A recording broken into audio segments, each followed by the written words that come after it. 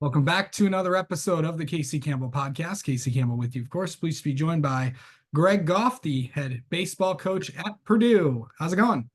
It's going great, Casey. Great to be with you this Tuesday morning, about 5 degrees here in West Lafayette.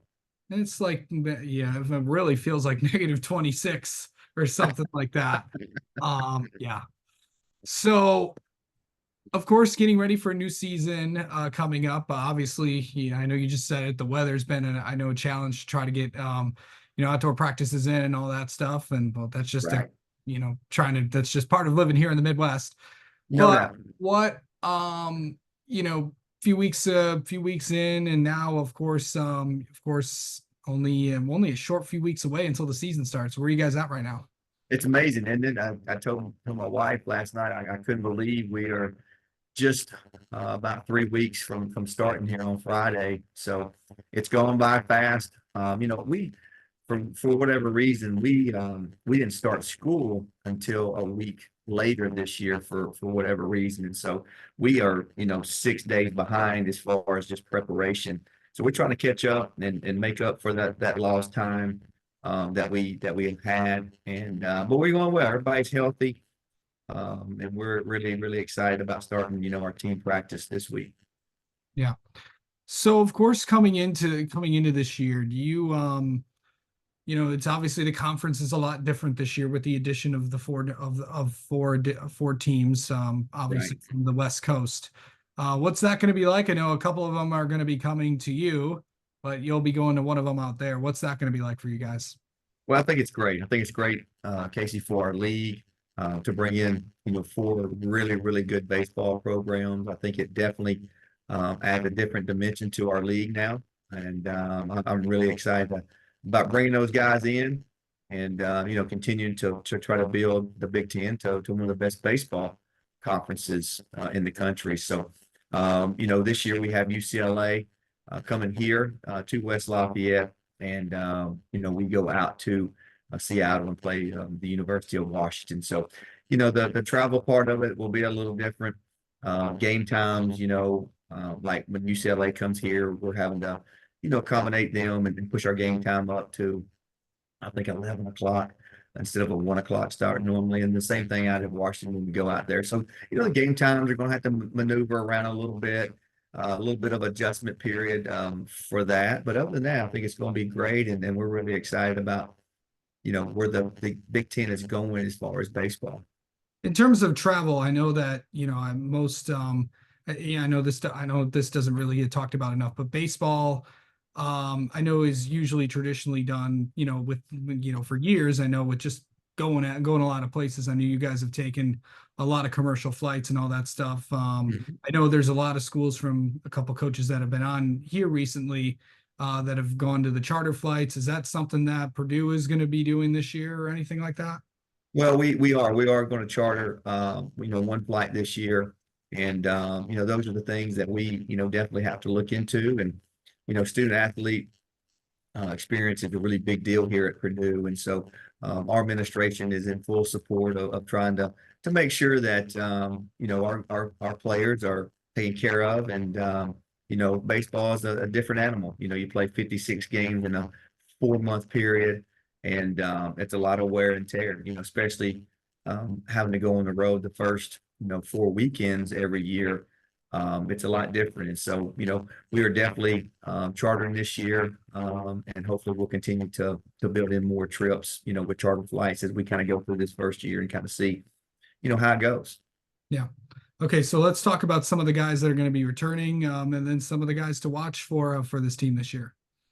Well, we were very blessed to have Ken Spence, come back. Could have easily signed a professional contract and decided to come back to Purdue, and really excited about him. Logan Sutter is another guy that we have returning with our position players that is was a really good player for us last year. Cam Gasser, hit 340, I think, or so, and really solidified our infield last year at short.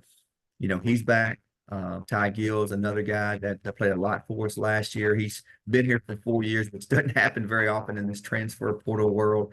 We're excited about having Ty back. And so we bring in a good nucleus of players back, especially from our position player standpoint that we're really excited about. And we added some really good transfers. Brandon Anderson is a young man that is coming in from Louisville that's played there for 3 years. That's going to, probably work at third and first. And CJ Richmond put up monster numbers last year at another school. And so we're excited about having those guys, to be honest with you. And then, from the pitching standpoint, we did lose our weekend rotation. That's something that we're definitely, trying to figure out. And I think if we can figure that part out, 2025 should be an exciting year for the Boilermakers. Yeah. In terms of just like, getting used, of course you talked about the first 4 weeks of the season. I believe you're going down to Texas, Yep. start the year. So kind of take us through like what non-conference is going to look like, because you guys got some pretty good teams that you're playing. We do, this is probably the toughest schedule since I've been here.